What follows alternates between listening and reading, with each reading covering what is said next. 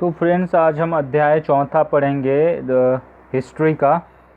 तो अध्याय चौथे का नाम है क्या बताती है हमें किताबें और कब्रें। हिस्ट्री का चौथा अध्याय, क्या बताती हैं हमें किताबें और कब्रें। तो चलिए शुरू करते हैं।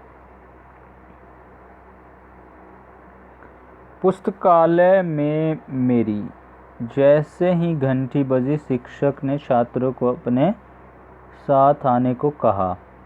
आज वे पहली बार पुस्तकालय जा रहे थे। मेरी ने देखा कि पुस्तकालय उसकी कक्षा से काफ़ी बड़ा था और वहाँ किताबों से भरे कई रैक थे। कोने में एक अलमारी थी जो मोटी मोटी किताबों से भरी थी। मेरी को एक अलमारी खोलने की कोशिश करते देख शिक्षक ने कहा, उस अलमारी में अलग अलग धर्मों से जुड़ी हुई महत्वपूर्ण किताबें हैं। क्या तुम्हें मालूम है कि हमारे पास वेदों का भी एक संग्रह है। मेरी सोचने लगी, वेद क्या है, चलो पता लगाएं। दुनिया के प्राचीनतम ग्रंथों में एक। शायद तुमने वेदों के बारे में सुना होगा। वेद 4 हैं, ऋग्वेद, सामवेद, यजुर्वेद तथा अथर्ववेद। सबसे पुराना वेद है ऋग्वेद, जिसकी रचना लगभग 3500 साल पहले हुई। ऋग्वेद में 1000 से ज़्यादा प्रार्थनाएं हैं जिन्हें सूक्त कहा गया है। सूक्त का मतलब है अच्छी तरह से बोला गया। ये विभिन्न देवी देवताओं की स्तुति में रचे गए हैं। इनमें से 3 देवता बहुत महत्वपूर्ण हैं, अग्नि, इंद्र और सोम। अग्नि आग के देवता, इंद्र युद्ध के देवता और सोम एक पौधा है जिससे एक खास पेय बनाया जाता था। वैदिक प्रार्थनाओं की रचना ऋषियों ने की थी।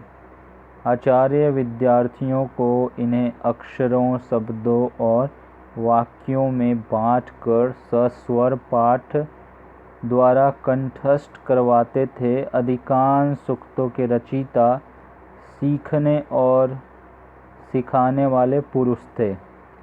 कुछ प्रार्थनाओं की रचना महिलाओं ने भी की थी। ऋग्वेद की भाषा प्राक संस्कृत या वैदिक संस्कृत कहलाती है।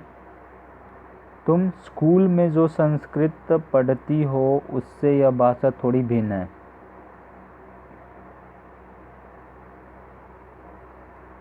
संस्कृत और अन्य भाषाएं। संस्कृत भाषा भारत यूरोपीय भाषा परिवार का हिस्सा है। भारत की कई भाषाएं, असमिया, गुजराती, हिंदी, कश्मीरी और सिंधी, एशियाई भाषाएं जैसे फारसी तथा यूरोप की बहुत सी भाषाएं जैसे अंग्रेजी, फ्रांसीसी, जर्मन, यूनानी, इतालवी, स्पेनिश आदि इसी परिवार से जुड़ी हुई है। उन्हें एक भाषा परिवार इसलिए कहा जाता है क्योंकि आरंभ में उनमें कई शब्द एक जैसे थे। उदाहरण के लिए मातृ संस्कृत माँ हिंदी और मदर अंग्रेजी शब्द को देखो। उदाहरण के लिए मातृ संस्कृत, माँ हिंदी और मदर अंग्रेजी शब्द को देखो। क्या तुम्हें इनमें कोई समानता नज़र आती है? उपमहाद्वीप में दूसरे भाषा परिवारों की भी भाषाएं बोली जाती हैं। उदाहरण के लिए पूर्वोत्तर प्रदेशों में तिब्बत बर्मा परिवार की भाषाएं बोली जाती हैं। तमिल, तेलुगु, कन्नड़ और मलयालम द्रविड़ भाषा परिवार की भाषाएं हैं, जबकि झारखंड और मध्य भारत के कई हिस्सों में बोली जाने वाली भाषाएं ऑस्ट्रो एशियाटिक परिवार से जुड़ी है। उन भाषाओं की सूची बनाओ जिनके बारे में तुमने सुन रखा है। उनके भाषा परिवारों को पहचानने की कोशिश करो। हम जिन किताबों को पढ़ते हैं वे लिखी और छापी गई हैं। ऋग्वेद का उच्चारण किया जाता था और श्रवण किया जाता था, न कि पढ़ा जाता था। रचना के कई सदियों बाद इसे पहली बार लिखा गया। इसे छापने का काम तो मुश्किल से 200 साल पहले हुआ। इतिहासकार ऋग्वेद का अध्ययन कैसे करते हैं? इतिहासकार पुरातत्ववेत्ताओं की तरह ही अतीत के बारे में जानकारी इकट्ठी करते हैं, लेकिन भौतिक अवशेषों के अलावा वे लिखित स्रोतों का भी उपयोग करते हैं। चलो देखते हैं कि वे ऋग्वेद का अध्ययन कैसे करते हैं। ऋग्वेद के कुछ सूक्त वार्तालाप के रूप में हैं। विश्वामित्र नामक ऋषि और देवियों के रूप में पूजित दो नदियों व्यास और सतलुज के बीच यह संवाद एक ऐसे ही सूक्त का अंश है। इन दोनों नदियों को मानचित्र फर्स्ट पृष्ठ 2 में खोजें तथा फिर पढ़ें। ऋग्वेद की पांडुलिपि का एक पन्ना भुर्ज वृक्ष की छाल पर लिखी। यह पांडुलिपि कश्मीर में पाई गई थी। लगभग 150 वर्ष पहले ऋग्वेद को सबसे पहली बार छापने के लिए इसका उपयोग किया गया था। इसी पांडुलिपि को देखकर अंग्रेजी अनुवाद तैयार हुआ। यह पांडुलिपि पुणे महाराष्ट्र के एक पुस्तकालय में सुरक्षित है। विश्वामित्र और नदियाँ। विश्वामित्र, हे नदियों, अपने बछड़ों को चाटती हुई दो दमकती गायों की तरह दो फुर्तीले घोड़ों की चाल से पहाड़ों से नीचे आओ। इंद्र द्वारा दी हुई शक्ति से स्फूर्त तुम रथों की गति से सागर की ओर बह रही हो। तुम जल से परिपूर्ण हो और एक दूसरे से मिल जाना चाहती हो। नदियाँ, जल से परिपूर्ण हम देवताओं के बनाए रास्ते पर चलती हैं। एक बार निकलने पर हमें रोका नहीं जा सकता। हे ऋषि, तुम हमसे प्रार्थना क्यों कर रहे हो? विश्वामित्र, हे बहनों, मुझ गायक की प्रार्थना सुनो। मैं रथों और गाड़ियों सहित बहुत दूर से आया हूँ। कृपया करके अपने जल को हमारे रथों और गाड़ियों की धुरियों के ऊपर न उठाओ, ताकि हम आसानी से उस पार जा सकें। नदियाँ, हम तुम्हारी प्रार्थना सुनेंगे, जिससे तुम सब सुरक्षित उस पार जा सको। इतिहासकार यह बताते हैं कि यह प्रार्थना उस समय उस क्षेत्र में रची गई होगी जहाँ ये नदियाँ बहती हैं। वे यह भी सुझाते हैं कि जिस समाज में ऋषि रहते थे, वहाँ घोड़ों और गायों को बहुत महत्व दिया जाता था, इसलिए नदियों की तुलना घोड़ों और गायों से की गई है। क्या तुम्हें लगता है कि रथ भी महत्वपूर्ण है? अपने जवाब के लिए कारण बताओ। प्रार्थना की पंक्तियों को दोबारा पढ़कर यह बताओ कि उनमें परिवहन के लिए किन किन साधनों का उल्लेख है। ऋग्वेद की प्रार्थनाओं में अन्य दूसरी नदियों, खासकर सरस्वती, सिंधु और उनकी सहायक नदियों का भी जिक्र है। गंगा और यमुना का उल्लेख सिर्फ एक बार हुआ है। मानचित्र फर्स्ट को देखो और ऐसी 5 नदियों की सूची बनाओ जिनके नाम ऋग्वेद में नहीं है।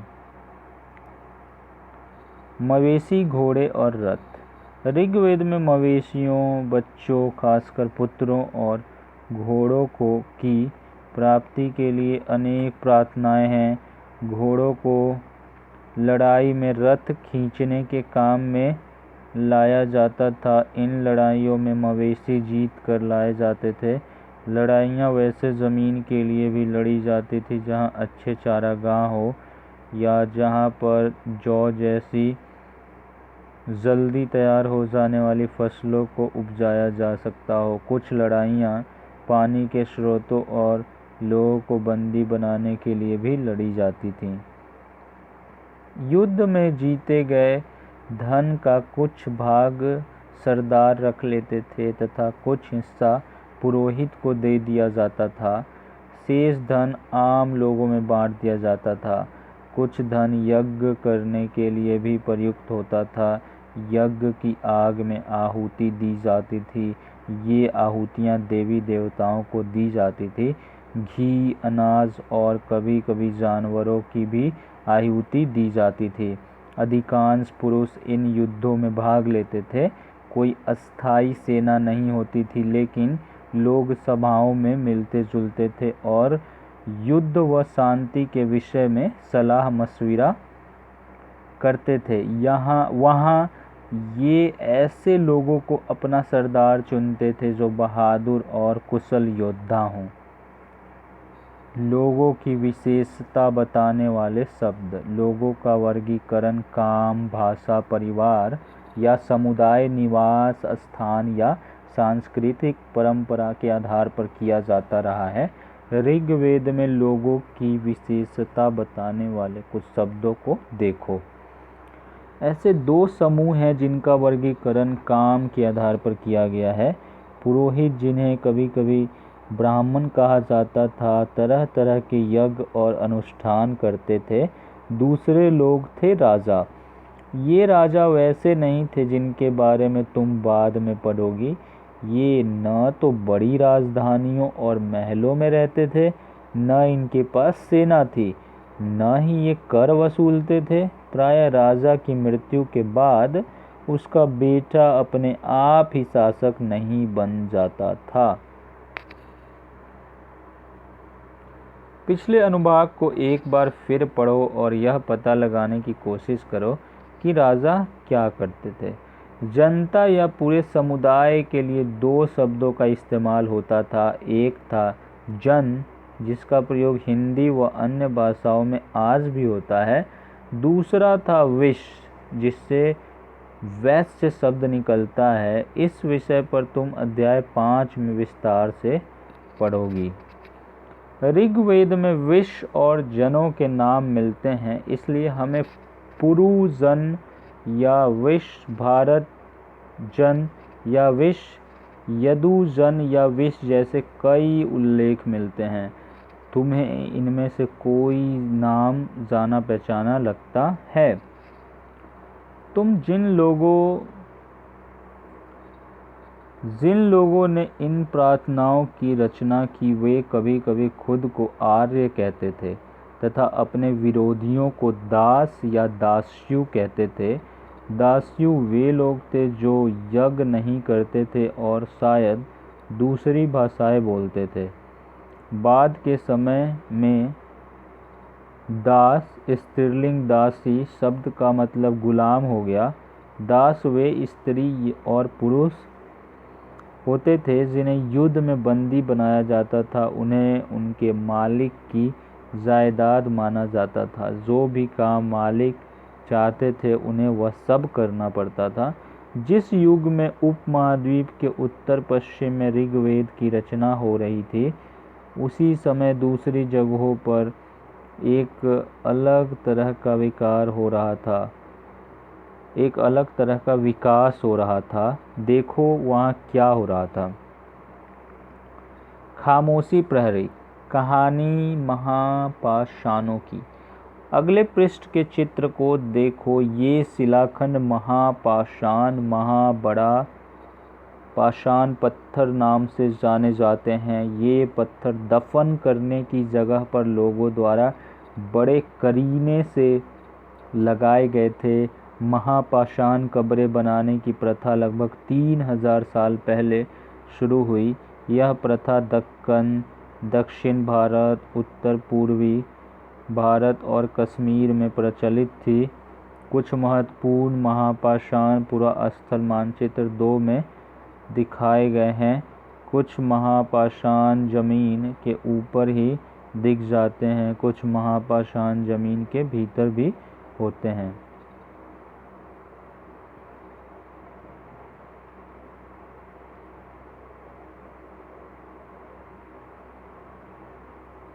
कई बार पुरातत्वविदों को गोलाकार सजाए हुए, कई बार अकेला खड़ा हुआ पत्थर मिलता है। ये ही एकमात्र प्रमाण है जो जमीन के नीचे कब्रों को दर्शाते हैं।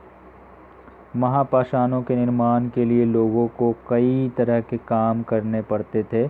हमने जो कार्यों की सूची बनाई है उन्हें क्रमबद्ध करो। गड्ढे खोदना, शिलाखंडों को ढोकर लाना, बड़े पत्थरों को तराशना और मरे हुए को दफनाना।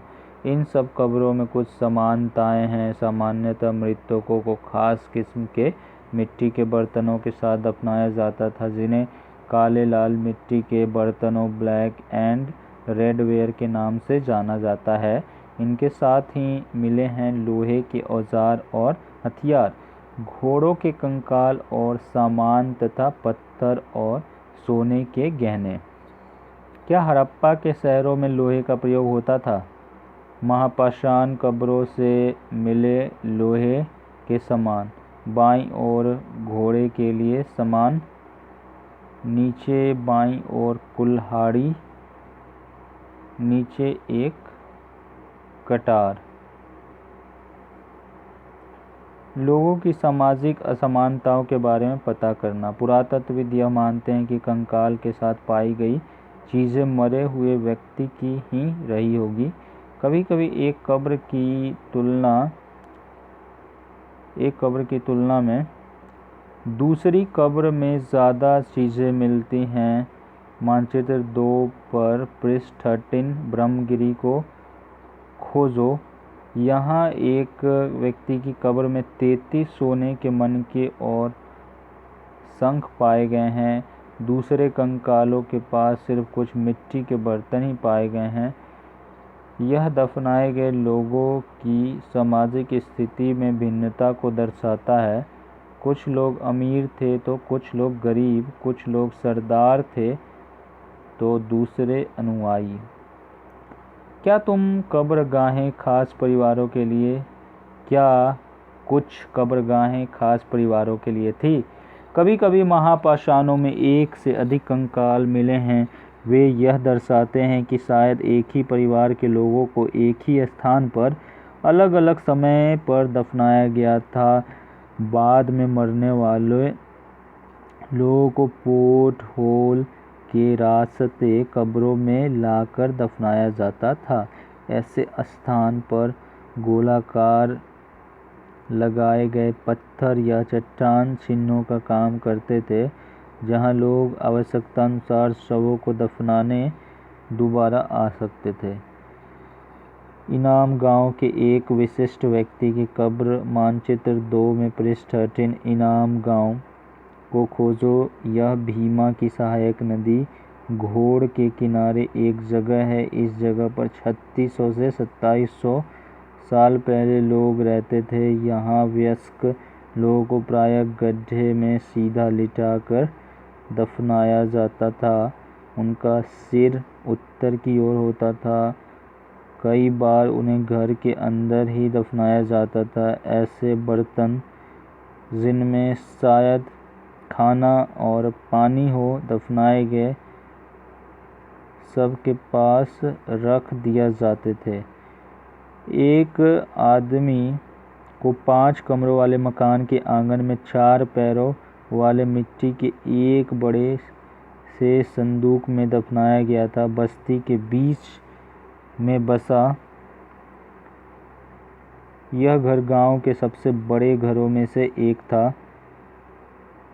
इस घर में एक अनाज का गोदाम भी था। सबके पैर मुड़े हुए थे।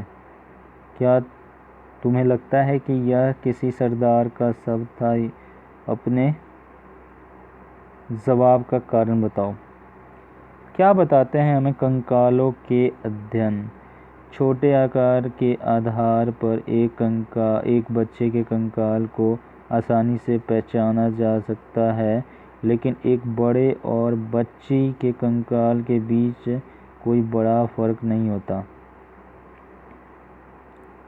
एक बच्चे और बच्ची के कंकाल के बीच बड़ा फर्क नहीं होता, लेकिन एक बच्चे और बच्ची के कंकाल के बीच बड़ा फर्क नहीं होता।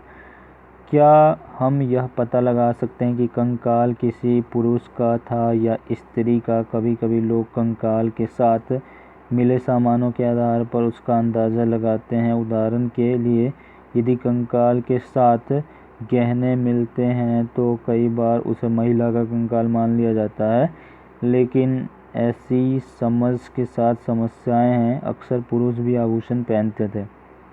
कंकाल का लिंग पहचानने का बेहतर तरीका उसकी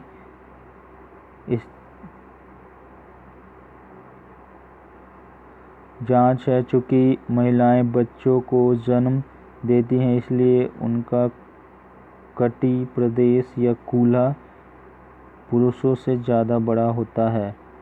ये समझ कंकालों के आधुनिक अध्ययन पर आधारित है। आज से लगभग 2000 साल पहले चरक नाम के प्रसिद्ध वैद्य हुए थे। इन्होंने चिकित्सा शास्त्र पर चरक संहिता नाम की किताब लिखी। वे कहते हैं कि मनुष्य के शरीर में 360 होती हैं। यह आधुनिक शरीर रचना विज्ञान की 306 हड्डियों से काफ़ी ज़्यादा है। संभवतः चरक ने अपनी गिनती में दांत, हड्डियों के जोड़ और कार्टिलेज को जोड़कर यह संख्या बताई थी। तुम्हारे अनुसार शरीर के बारे में उन्होंने इतना विस्तृत जानकारी कैसे इकट्ठा की होगी? इनाम गांव के लोगों के काम धंधे। इनाम गांव में पुरातत्वविदों को गेहूं, जौ, चावल, दाल, बाजरा, मटर और तिल के बीज मिले हैं। कई जानवरों की हड्डियां भी मिली हैं। कई हड्डियों पर काटने के निशान से यह अंदाजा होता है कि लोग इन्हें खाते होंगे। गाय, बैल, भैंस, बकरी, भैंस, कुत्ता, घोड़ा, गधा, सूअर, सांभर, चितकबरा, हिरन, कृष्ण मृग, खरहा, नेवला, चिड़िया, घड़ियाल, कछुआ,